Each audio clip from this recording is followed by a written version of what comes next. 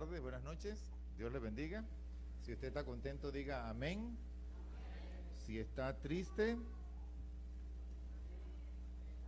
vamos a estar en pie un momento.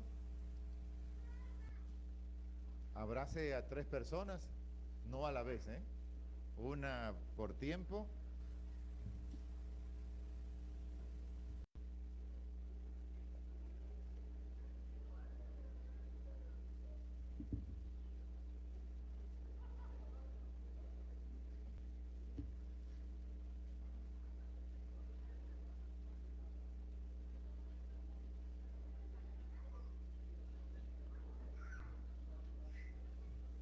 Ya, solo 3, ¿ok?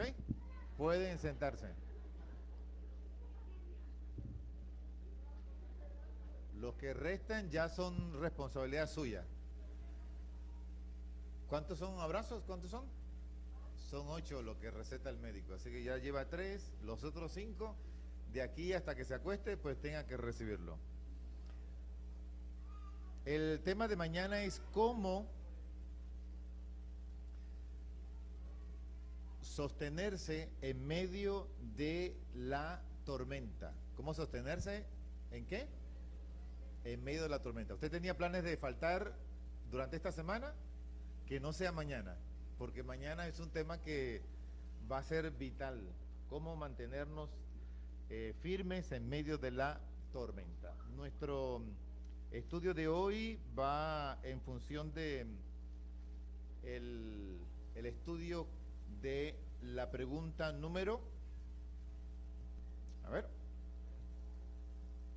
la pregunta número 3 de las 8 preguntas del libro del Apocalipsis, ¿verdad? Ya sabemos que el libro de Apocalipsis es un libro que describe calamidades, circunstancias complejas, difíciles que vendrán, pero también que es un libro de esperanza. Es un libro de esperanza porque justamente presenta y revela la mayor descripción y la mejor revelación que hay en la Biblia de Jesús está en el libro del Apocalipsis. Y el tema de hoy vamos a notar cuán poderosa y maravillosa es esa revelación que la palabra hace. Así que vamos a mirar nuestra pregunta número 3, y la pregunta número 3 es: ¿quién podrá sostenerse en pie? ¿Quién podrá sostenerse en pie? Es la tercera pregunta. El título del tema de hoy es: ¿cuál es el verdadero propósito de la vida? Y el verdadero propósito de la vida es responder afirmativamente esa pregunta. Que cuando sea el momento, como dice la escritura allí en Apocalipsis 6:17, cuando venga el gran día de su ira, usted pueda, ¿qué? Estar en pie. ¿Hay otro propósito más importante para la vida? Estar en pie cuando vengan los momentos más difíciles de la historia de este mundo. ¿Quiere usted estar en pie? Espero que por la gracia de Dios el estudio de esta noche nos ayude a descubrir cómo eso sea posible. Esta pregunta aparece, gracias hermano Levi, me lo voy a llevar de recuerdo. En la secuencia de los sellos, vimos en el primer estudio de Apocalipsis 5 que había un libro que nadie podía ni mirar, ni abrir y obviamente leer. Entonces, cada vez que iba siendo quitado un sello para poder mirar el contenido, en los primeros 4 sellos aparecen sendos caballos, un caballo a la vez. Cuando se abrió el primer sello, apareció un caballo blanco. Y estos 4 caballos representan 4 épocas de la historia de la vida cristiana, de la historia de la iglesia de Dios. Ese caballo blanco representa el inicio de la experiencia cristiana desde la iglesia primitiva, desde la iglesia que Jesús estableció con sus discípulos, hasta lo sucesivo. En el quinto sello, cuando se destapó el quinto sello, fue lo que vimos el estudio de anoche, ¿verdad? Y hoy vamos a continuar. Dice la escritura, el contexto de nuestra historia de hoy está en los versículos 12 hasta el 17 de este capítulo. Dice el texto que al abrirse el sexto sello se desata la ira de Dios. ¿Cuántos sellos quedarían? Estamos en el sexto sello y cuando se desata el sexto sello, ¿qué sucede? Se desata la ira de Dios. Ahora,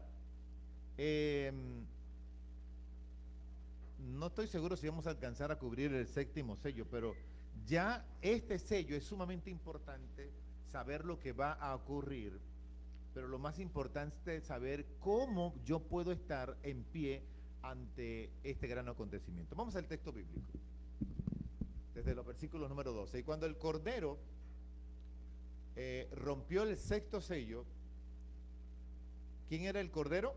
El único que era, ¿qué? Digno de poder abrir, leer y mirar.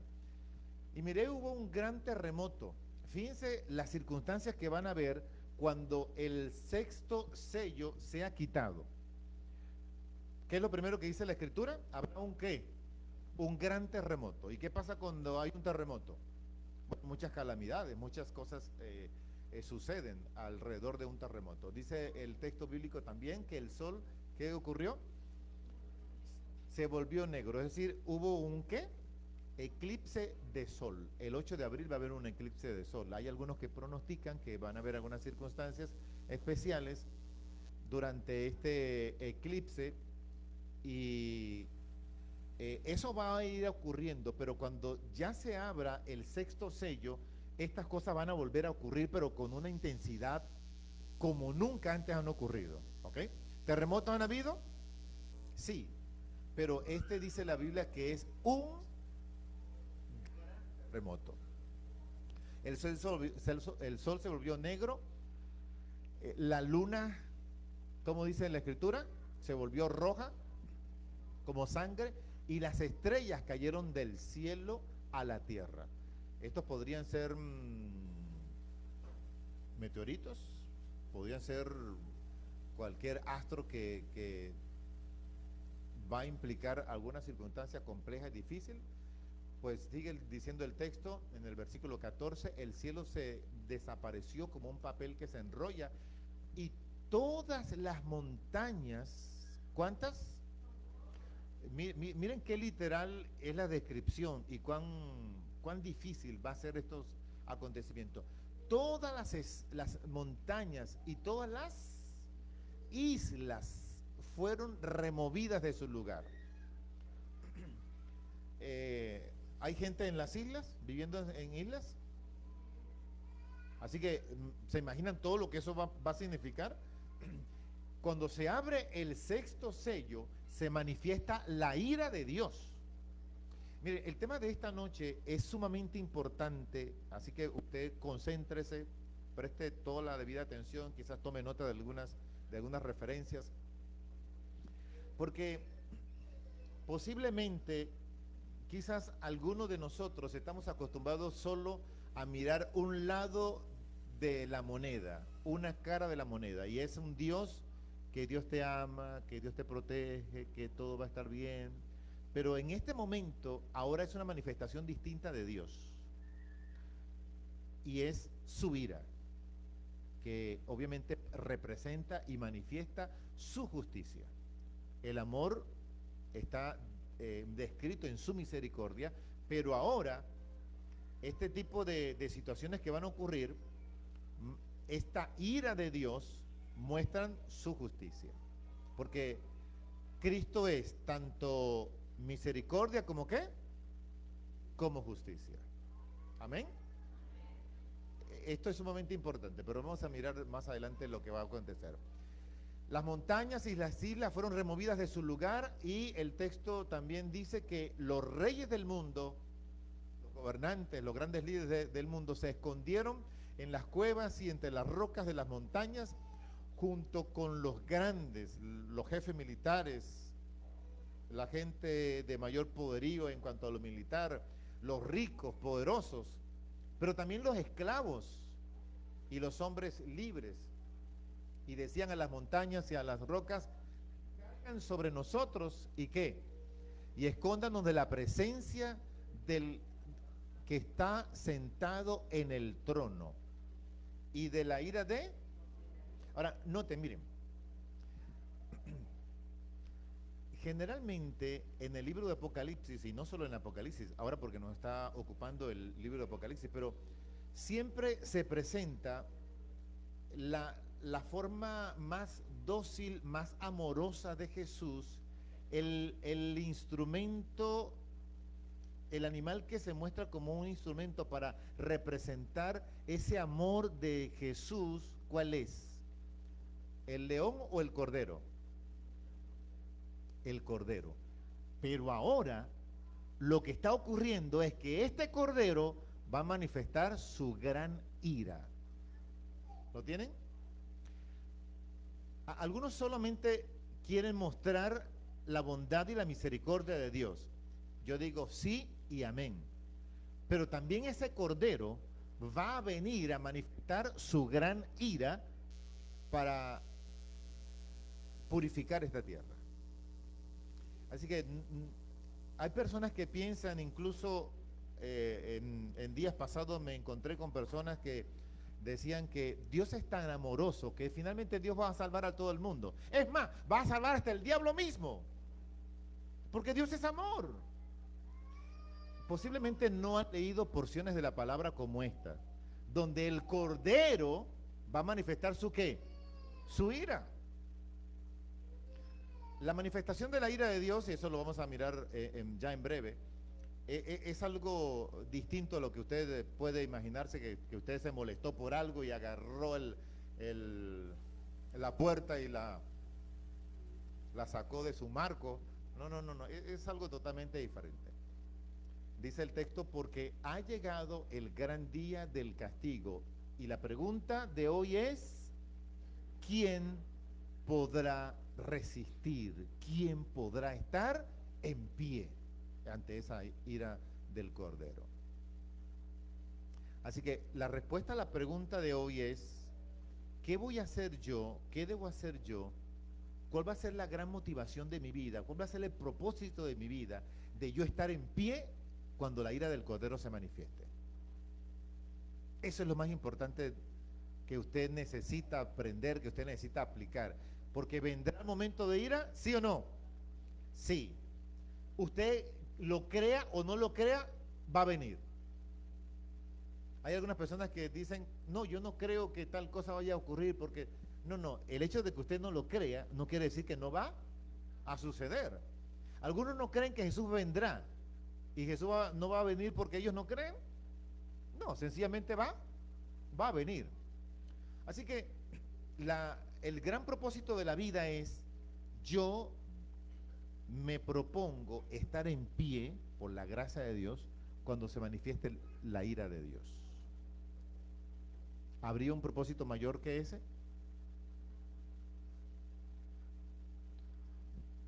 Vamos a mirar. No voy a concentrarme tanto en esto, pero si ustedes leen Mateo 24, van a notar que son las mismas, los mismos elementos que se mencionan, un gran terremoto, el sol, etcétera, etcétera. Todas esas mismas cosas que están referidas en el Apocalipsis, ya en el libro de Mateo están referidas. Y así se lo voy a decir muy rápidamente. Seguramente lo que esto quiere decir es que vendrán dos momentos donde estas cosas van a ocurrir. En este tiempo que vivimos, pero especialmente cuando se desate, ¿cuál sello? El sexto sello. Cuando se desate el sexto sello es cuando se va a manifestar la gran ira de Dios, que en los profetas mayores y especialmente en los profetas menores del Antiguo Testamento se refieren una y otra vez a este acontecimiento. Pero vamos a avanzar. Hoy vamos a mirar, para entender esto, las 7 verdades que la Biblia registra sobre la ira de ¿quién? De la ira de Dios. Así que presta atención, tome nota. Quizás algunos de estos temas no son tan frecuentemente presentados a la iglesia, pero es fundamental conocer estas cosas porque también esto es parte de la verdad de Dios, ¿ok? Y es importante conocer, porque lo más importante no es saber que la ira de Dios se va a manifestar, sino qué yo voy a hacer para estar, ¿qué? En pie cuando se manifieste la ira de Dios. Eso es lo más importante, ¿verdad que sí? Así que la primera verdad importante que está en la Biblia en relación a la ira de Dios es que la ira de Dios es diferente a la ira del hombre. ¿Estamos claros? Es una ira totalmente diferente. La ira de Dios es distinta a la ira del hombre. ¿Cómo dice la Escritura? Noten cómo dice el texto bíblico de Santiago 1:20, porque la ira del hombre no obra justicia de Dios. Cuando usted se embravece, cuando yo me embravezco, pues también yo me embravezco, ¿eh? No crean que es privilegio suyo nada más. Pasan algunas cosas en su cuerpo que lo hacen ser a usted y a mí menos sabios y de seguro menos obrar justamente. Así que cuando esa emoción se manifiesta, lo más seguro es que usted haga cosas de las cuales a veces se va. Ustedes saben. Que después usted va a decir, ¿por qué? Y ahora ya está preso, ahora ya se rompió el hogar, ahora ya se rompió esa vajilla, ahora ya algo se rompió, algo se dañó, una relación. ¿Por qué? Por un acto de ira. Hay tres cosas que algunas personas dicen con relación a la ira. Uno, yo soy así. Ustedes también saben. Miren, yo soy así, yo no puedo cambiar. ¿Lo han visto ustedes? ¿Lo han visto en el espejo? Miren, tú me conociste así, ¿y qué? Así nací. También por aquí se escucha, pastor. Yo pensé que era solamente por allá por Texas que la gente era así. Así que en relación a la ira, miren, este es algo con lo cual usted lucha y yo lucho, ¿eh? No crea que no estamos en el mismo barco, ¿eh? Este es algo con lo cual luchamos. Segunda actitud. Así es como siempre hago las cosas y punto. Y hay una peor. Y la peor es que ya yo lo he intentado, pero ¿qué? No, mire, no funciona. Yo procuro, pero wow, me voy de otra vez de bruces allí.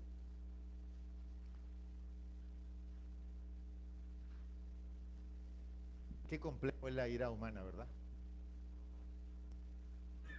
El punto es cómo gestionar la ira, cómo hacer. ¿Que usted se va a irar? Sí, eso es así. ¿Amén? ¿Se va a irar? ¿Amén?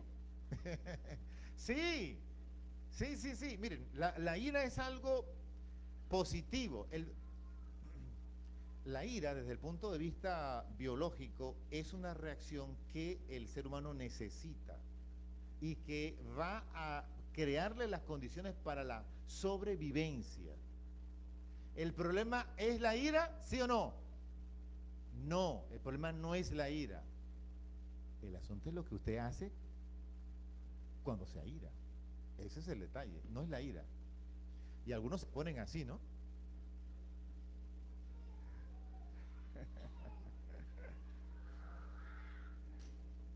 Se pone de todos colores, ¿no?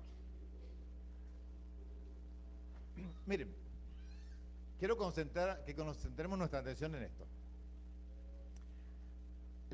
Nos sale más barato no airarnos o controlar el enojo. ¿Por qué? Porque mire, afecta el corazón, bombea más sangre, la sangre la bombea mucho más rápido. aumentan las plaquetas y eso lo que quiere decir es que el sistema inmunológico se bloquea. ¿Qué es el sistema inmune? Ah, ¿qué es? El sistema inmune es lo que le permite a usted estar airoso ante las enfermedades, ¿verdad? Entonces, ¿qué pasa cuando regularmente la gente se enoja?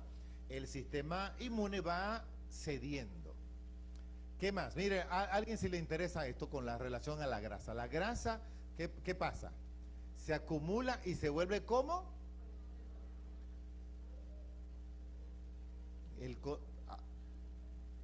Hay colesterol bueno y colesterol malo, pero cuando usted se aira y yo me airo, se vuelve malo. ¿Qué le parece? Miren, a la persona le da fatiga y hambre. ¿Qué le parece? Se libera grasa en el flujo sanguíneo y las paredes de las arterias se deterioran. Esta es la que más me llamó la atención. 3000 veces más rápido la persona se envejece. Así que nos sale más barato paz y amor.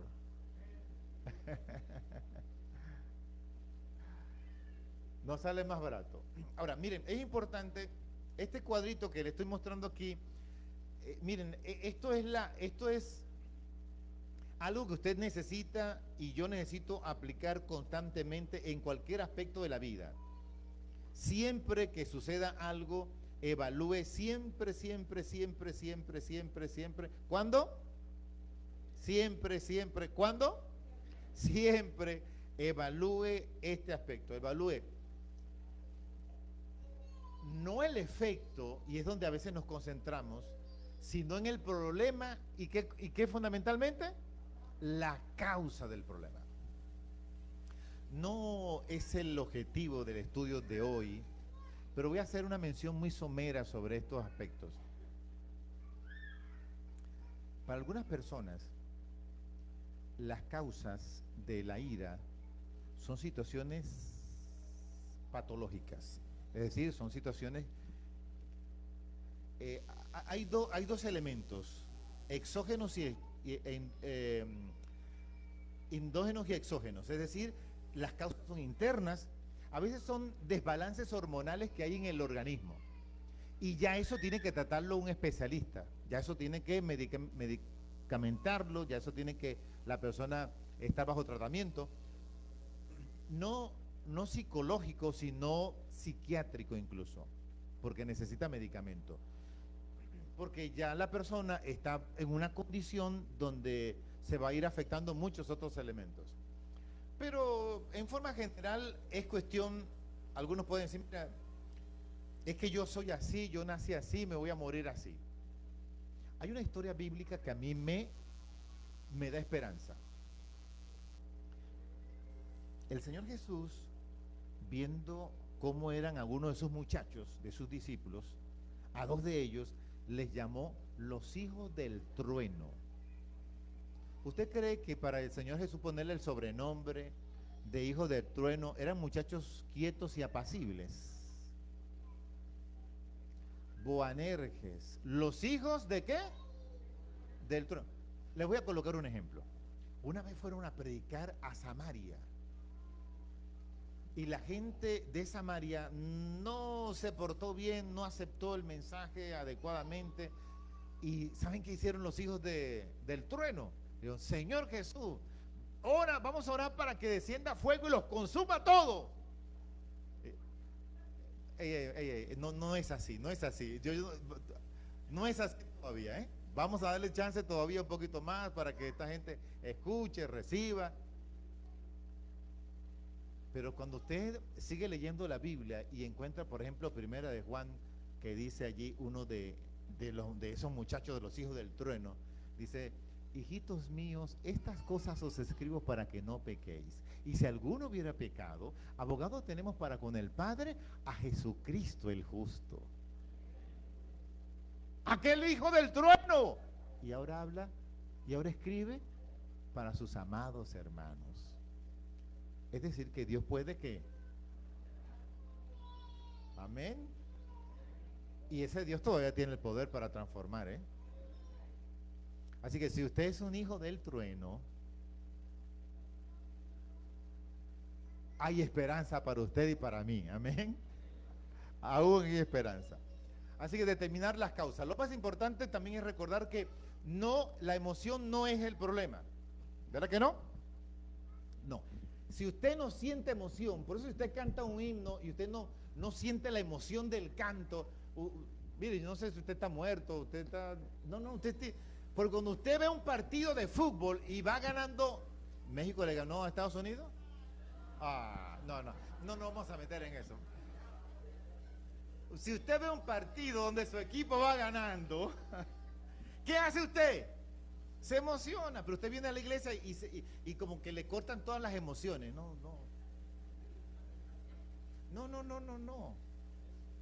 Emocionarse no es pecado. Pecado es que resulta después de que usted se emociona, ¿eh?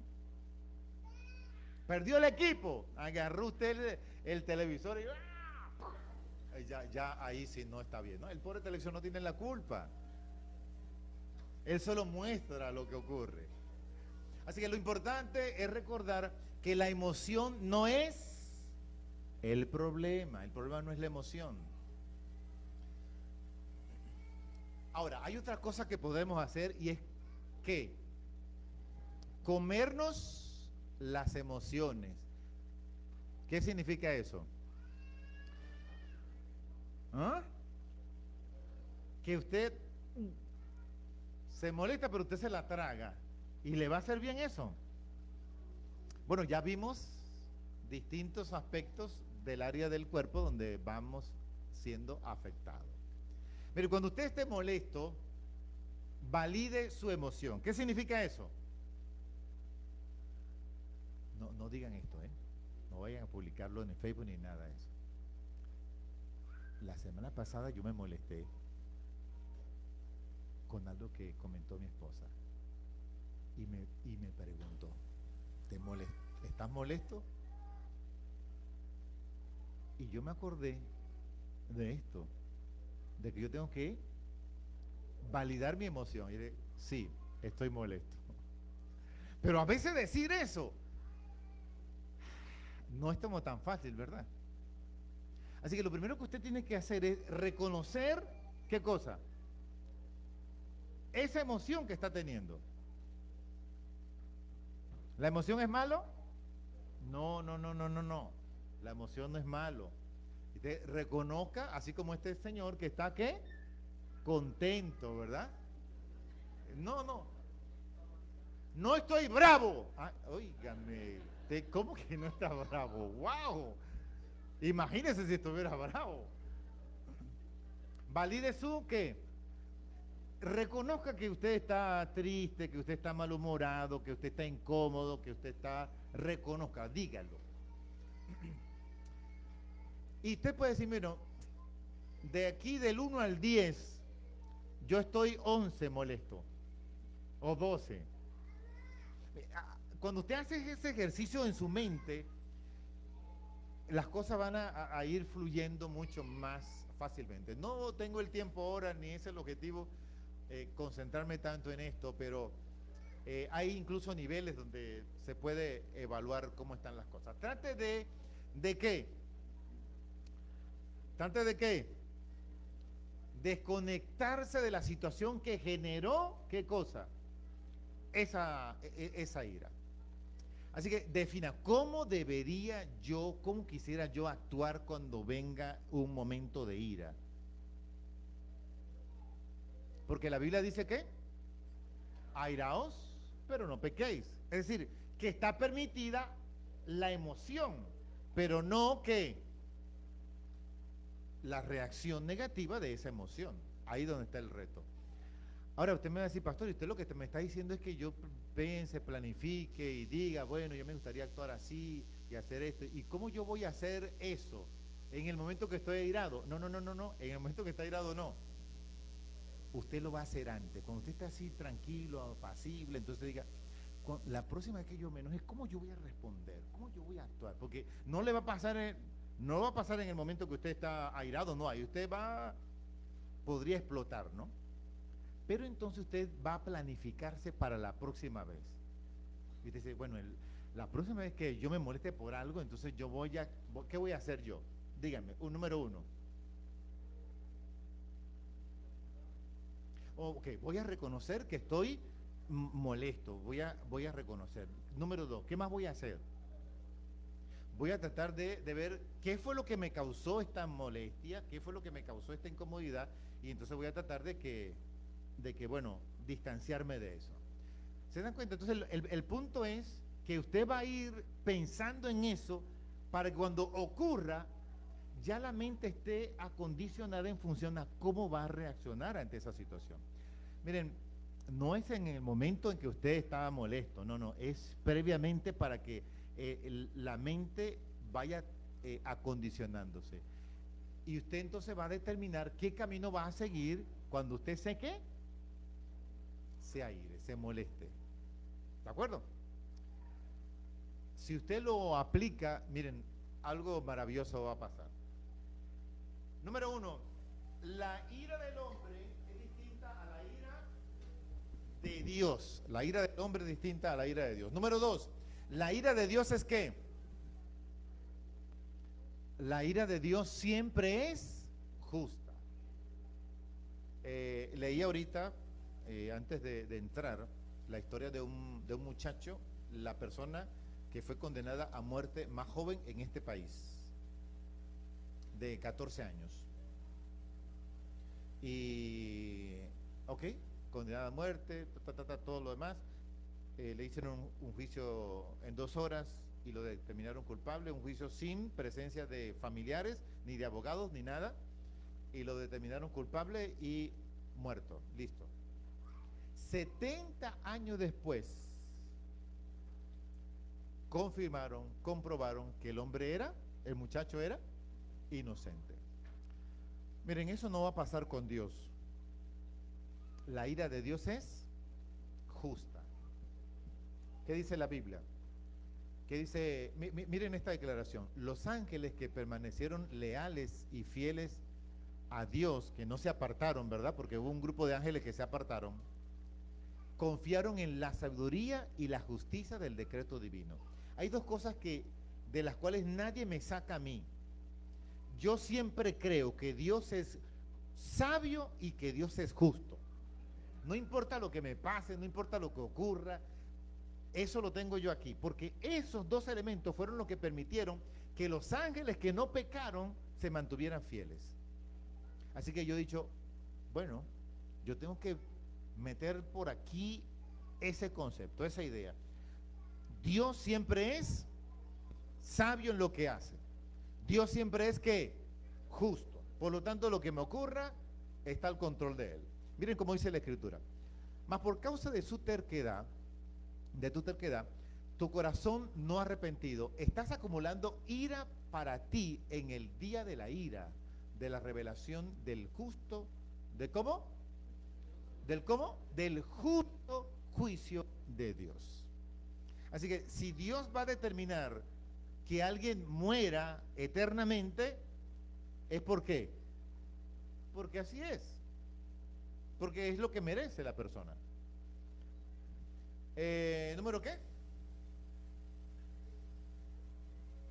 Vamos a la número 3. La segunda, que Dios es justo. La tercera, que la ira de Dios es proporcional ¿al qué? Al pecado. Hay personas que están molestas y entonces accionan sobre alguien, pero el día que están contentas pasa lo mismo, rompió el plato y ese día, jaja, mira, rompió el plato. Cuando el día anterior lo crucificó todo, ¿verdad? No, la ira de Dios es ¿qué? Proporcional al pecado. El que más peca recibirá mayor castigo que el que menos peca. Así es Dios. Miren cómo dice la Escritura. Porque Dios pagará a cada uno según ¿qué?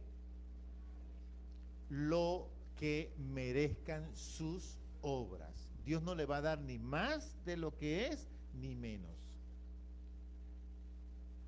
¿Saben por qué? ¿Saben por qué no es bíblico el concepto de quemarse eternamente?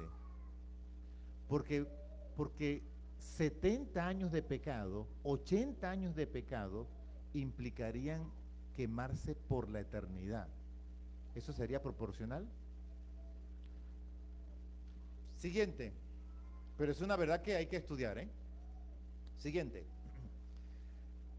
Número 4, la ira de Dios es que es lenta. El Señor es lento para la ira y abundante en misericordia y perdona la iniquidad y la transgresión. Pero cuando se termina el tiempo de la gracia, entonces de ninguna manera tiene presente a quién, al culpable, sino que lo castigará la iniquidad. Algunas personas viven hoy y les da la impresión de como que Dios no está obrando nada, como que Dios está ahí de brazos cruzados, pero un día habrá un juicio, un día se va a manifestar la ira de Dios y va a ser, como ya leímos en el texto bíblico, proporcional. Número 5, la ira de Dios es comparado con una copa. Y entonces, ahí va, gota a gota, la persona va obrando mal y ¿qué va pasando? Cae una gota más. Va obrando y ¿qué pasa? Caen otras gotas y así sucesivamente. Hasta que dice la Biblia que ya la copa se colmó. Miren cómo lo dice la Biblia. Dijo Jehová Dios, toma de mi mano la copa del vino de este furor, de esta ira, y da a beber de él a todas las naciones a las cuales yo te envío. Y tomé la copa de la mano de Jehová y di a beber a todas las naciones. Entonces, en el libro de Apocalipsis, creo que coloqué también un texto de Apocalipsis, sí, ahí está.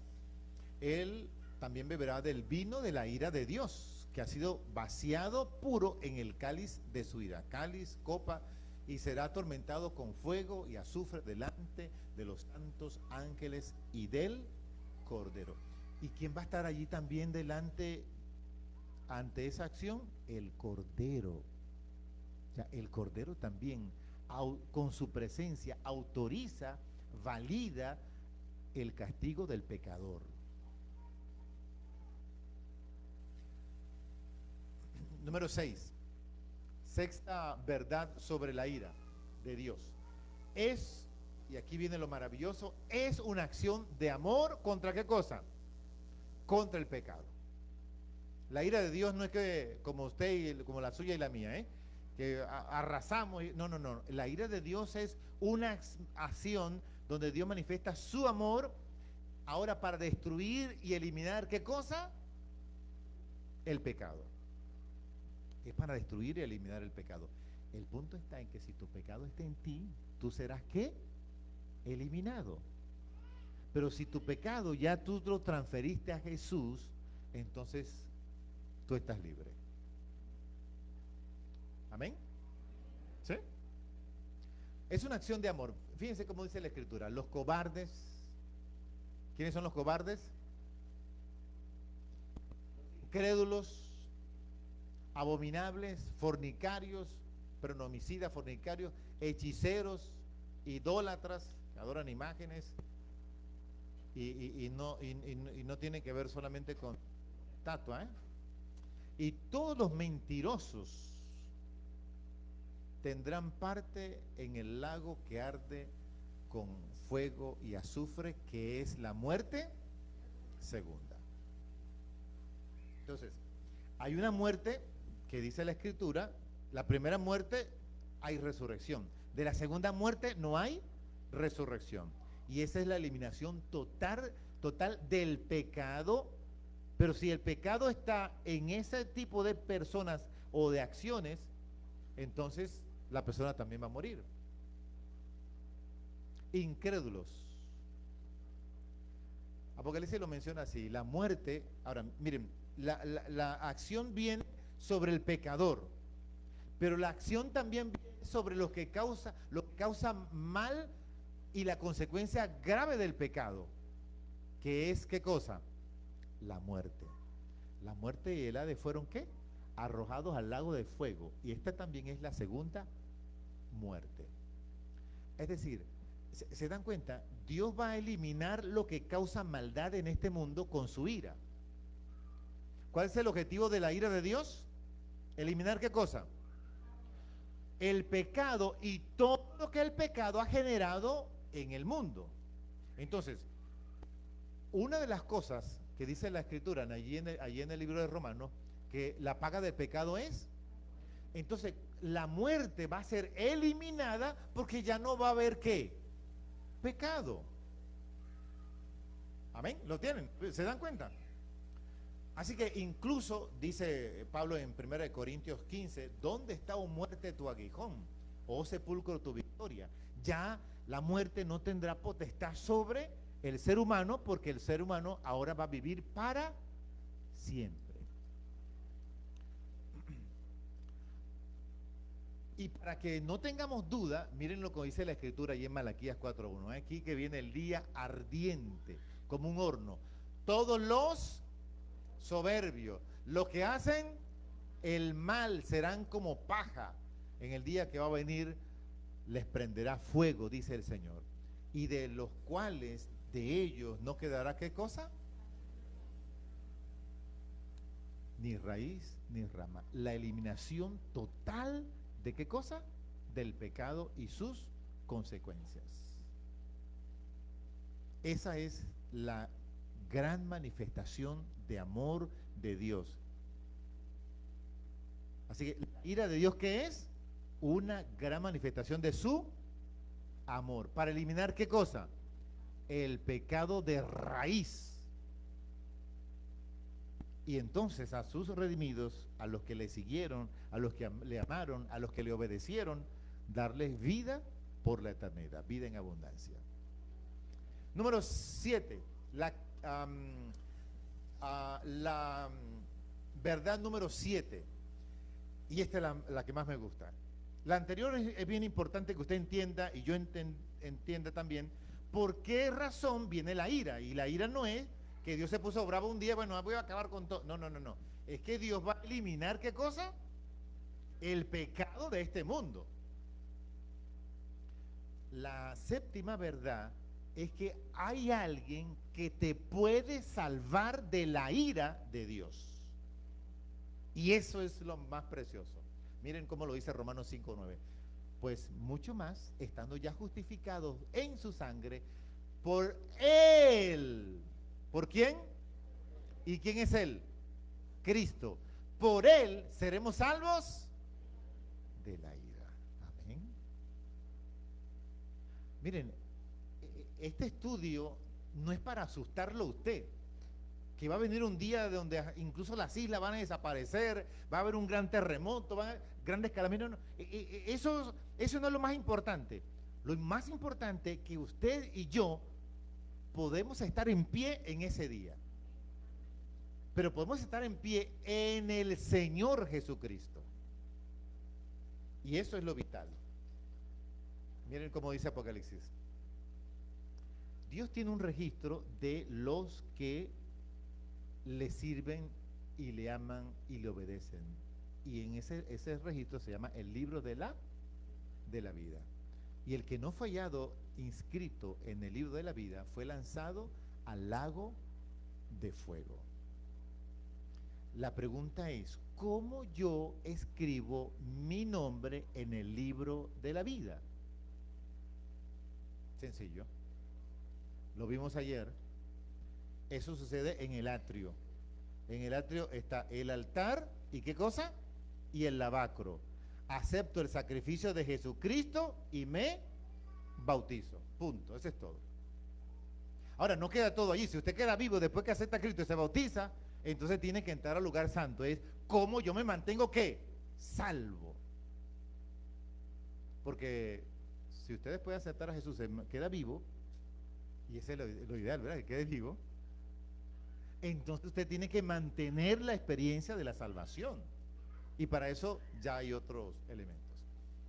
Pero su nombre se inscribe en el libro de la vida cuando usted acepta a Cristo Jesús y dice, Señor Jesús, yo te doy gracias porque aunque yo merezca recibir tu ira, porque tú recibiste tu ira, la ira de Dios recayó en ti, entonces yo voy a recibir lo que tú merecías: salvación y vida eterna. ¿Lo creen? Dice, este texto es hermosísimo. Pablo en Tesalonicenses lo dice así: y esperad de los cielos, ¿a quién? A su Hijo, el cual resucitó de los muertos. Por si acaso no lo tenemos claro. ¿A quién? A Jesús, quien nos libra de la ira venidera. Y yo digo, gloria a Dios. ¿Habrá una ira venidera? Sí. ¿Habrá un apocalipsis que destruirá a muchos, a miles, a millones? Sí. Pero hoy yo tengo la oportunidad de salir airoso en esa ira, de estar en pie. Por eso es que el tema de hoy se titula ¿cuál es el mayor propósito de la vida? Y el mayor propósito de la vida es estar en pie cuando venga la ira de Dios. Y hoy yo tengo la posibilidad de que eso suceda porque acepte a Cristo, porque sea bautizado y permanezca en fidelidad al Señor. Miren cómo lo dice Juan: el que oye mi palabra y cree el que me envió tendrá vida eterna. ¿Sí? ¿Amén? No, usted no está leyendo bien. El que oye mi palabra y cree al que me envió tendrá vida eterna. No.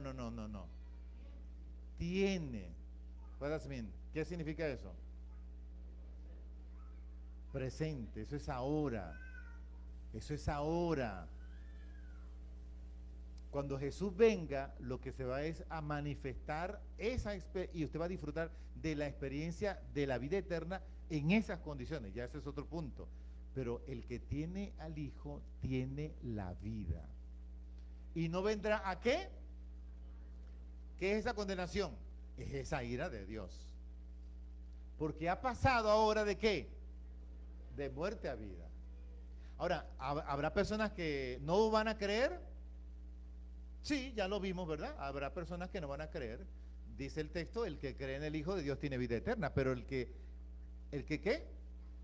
El que se rehúsa a creer en el Hijo de Dios no verá la vida, sino que verá ¿qué cosa? La ira de Dios que está sobre él.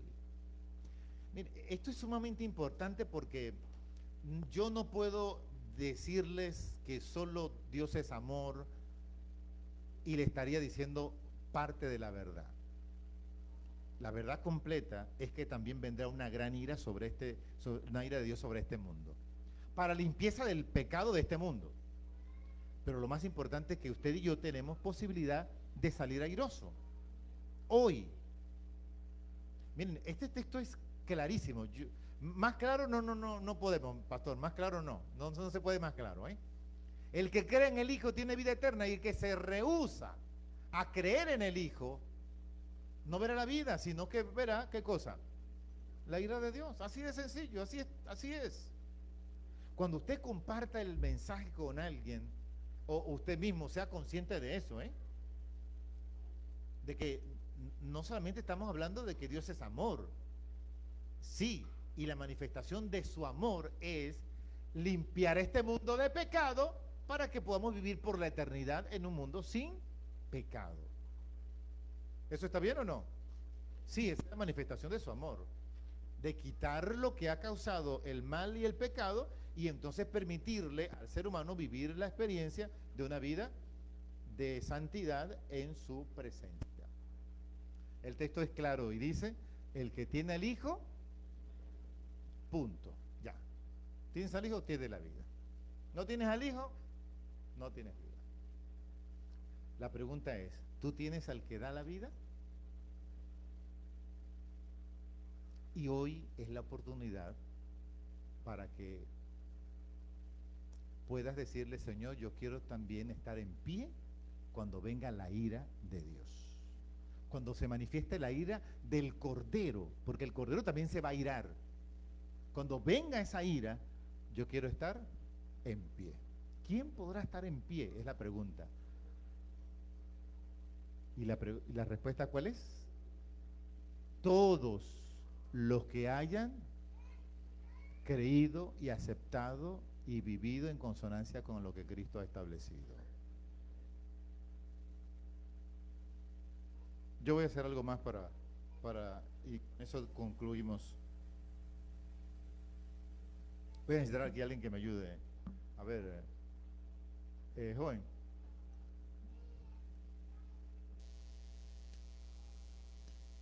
¿Cómo prende esto? Please. Okay.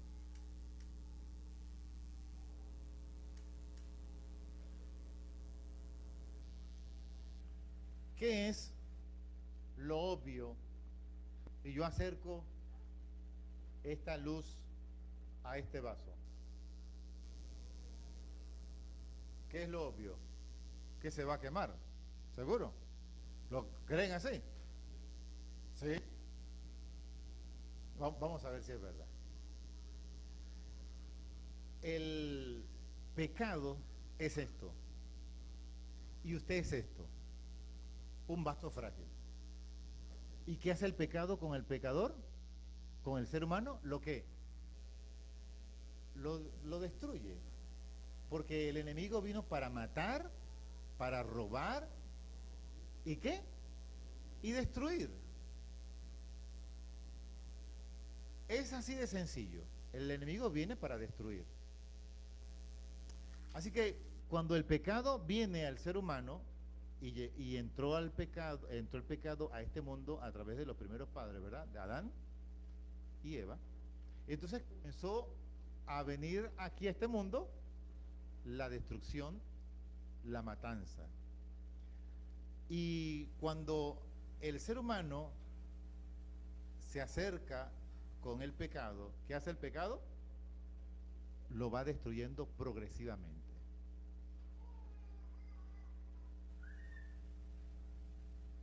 Lo voy a apagar porque me puede destruir a mí también. Y por supuesto eso es lo que naturalmente debe ocurrir.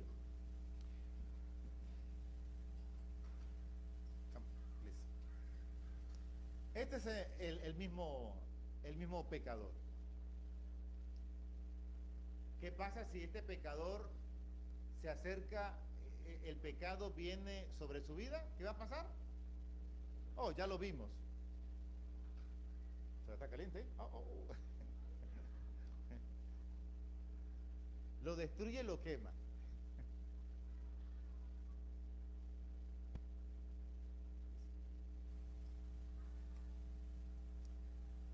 Sin embargo, la Biblia dice que el ser humano que busca a Cristo, ¿cómo es representado Cristo en la palabra? Como agua de vida también, ¿verdad?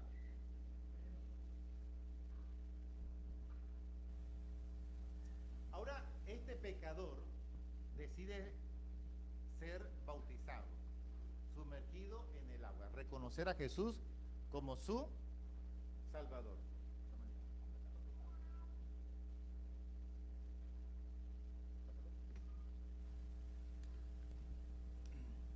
Así que ahora este pecador ha aceptado a Cristo, se ha bautizado, ¿verdad?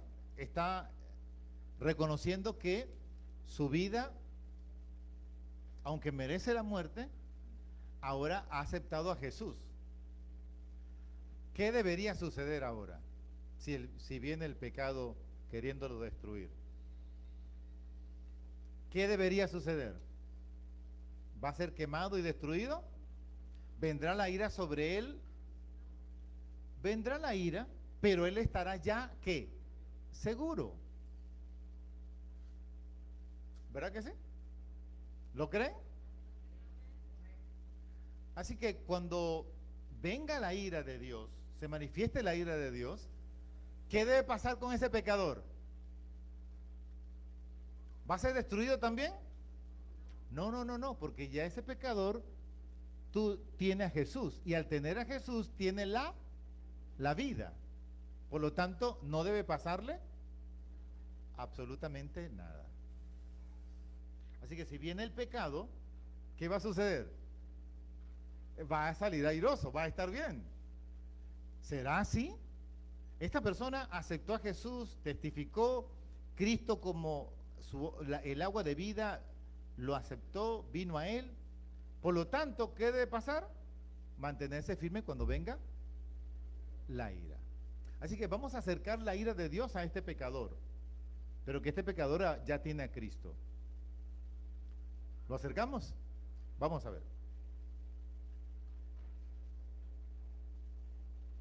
Viene el pecado, viene la ira, queriendo destruir a este pecador, pero ¿qué pasa con este pecador? Este pecador tiene a Cristo, por lo tanto no va a pasar nada. ¿Lo ven? Y aquí podemos pasar toda la noche, ¿eh?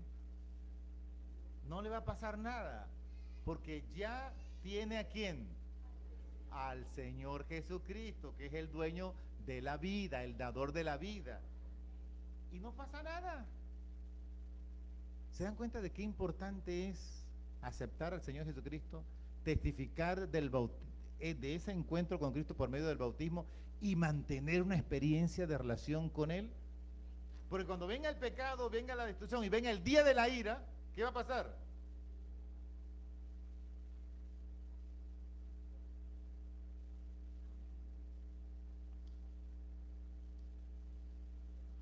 Vamos a estar en pie. Vamos a estar en pie para orar. Y en este momento yo quiero orar por aquella persona que quiere decirle: Señor, yo no te he aceptado como Salvador, o yo quiero, mejor dicho, manifestar que quiero aceptarte como mi Salvador. Pero cuando venga el día de la ira, yo quiero estar en pie. Así que usted sabe que tiene que tomar una decisión. ¿Y cuál es la decisión? Meterse en el agua. Porque Cristo, que es el agua viva, ¿qué da? Da el poder para resistir el pecado. Así que esta noche yo quiero orar por una persona que va a decirle al Señor: bueno, Señor, yo quiero poner mi vida en tus manos. Yo quiero que tú me des la victoria, reconocerte como mi Señor, como mi Salvador, para poder estar también en pie cuando se manifieste la ira de Dios. ¿Quién quiere ser el primero en pasar aquí adelante para que oremos por él o por ella? Sin temor. Sin temor, avance aquí y el Señor, yo quiero estar de tu lado. Cuando Cristo Jesús regrese, yo puedo estar firme delante de su presencia. Dios te bendiga. Dios te bendiga. Dios te bendiga, Jorge, Betty.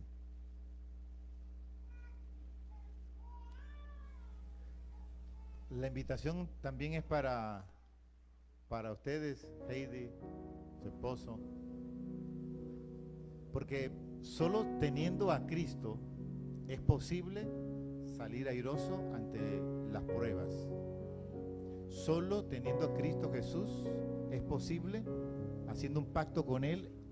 La prueba va a venir, pero lo importante es, incluso en la gran manifestación de la ira de Dios, yo tener la plena seguridad de que he hecho un pacto especial con el Señor Jesucristo.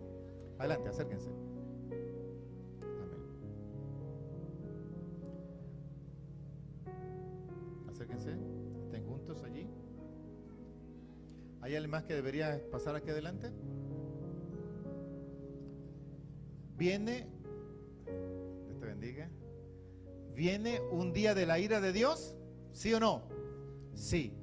Usted y yo tenemos que temer solo si no tenemos a Cristo en nuestras vidas. Pero si tenemos a Cristo, saldremos ¿qué? Victoriosos. Nos podremos mantener en pie. Así que es posible, Jorge, que vengan las pruebas y las dificultades, pero ¿qué va a pasar? Vamos a estar firmes. Pero hay que hacer un pacto con el Señor Jesucristo. Solo si hacemos el pacto con Él por medio del agua, del bautismo, entonces yo podré estar firme. Amén. Vamos a orar. Eterno Dios, amoroso Padre, te damos gracias por tu palabra. Esta noche nos has mostrado con ella de que es cierto, el libro de Apocalipsis habla de calamidades y de destrucción, pero también es un libro de esperanza porque me muestra a Jesús como aquel que me puede librar del gran día de la ira.